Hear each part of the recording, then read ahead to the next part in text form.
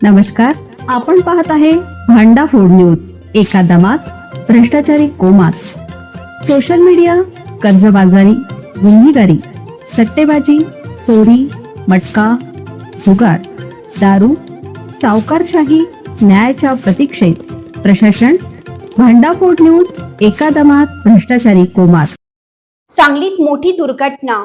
Rotary क्लबच्या जलतरण तलावात पोहताना मुंबईच्या 28 वर्षीय तरुणाचा बुडून मृत्यू.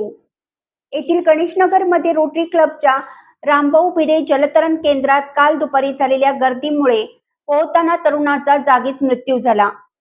अम्मार आसिफ शेख, वय वर्ष 28, अंधेरी, पश्चिम मुंबई असं त्याचं नाव आहे. याबाबत सांगली शहर पोलीस ठाण्यात रात्री उशिरा नोंद करण्यात आली. घटनास्थळी व पोलिसांकडून मिळालेली अधिक माहिती अशी की शहरातील विविध जलतरण केंद्रात पोहण्यासाठी गर्दी दिसून येत आहे. नदीत मगरीची भीती असल्यामुळे तलावाला अनेक जण पसंती देत आहेत. मृत अमरनार शेख हा मुंबईचा तरुण काही दिवसापासून गणेशनगर येथील मशिदीत राहण्यास आला होता. काल दुपारी उखाडा असल्यामुळे मित्रांबरोबर तो पोहण्यास जवळच असलेल्या जलतरण केंद्रात गेला. दुपारी 3च्या सुमारास तो मित्रांबरोबर तलावात पोहत होता. आज सुट्टी असल्यामुळे पोहण्यासाठी गर्दी झाली होती. क्षमतेपेक्षा जास्त मुले तलावात उतरली होती.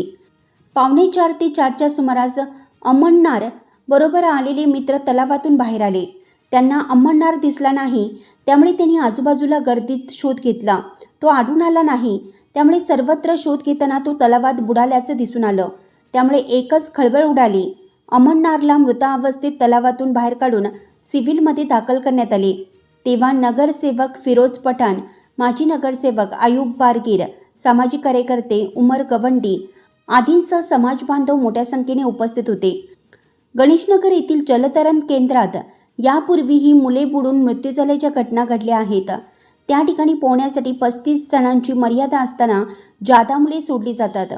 घटनेला कारणीभूत जलतरण केंद्रातील संबंधितांवर गुन्हा दाखल करावा अशी मागणी आहे.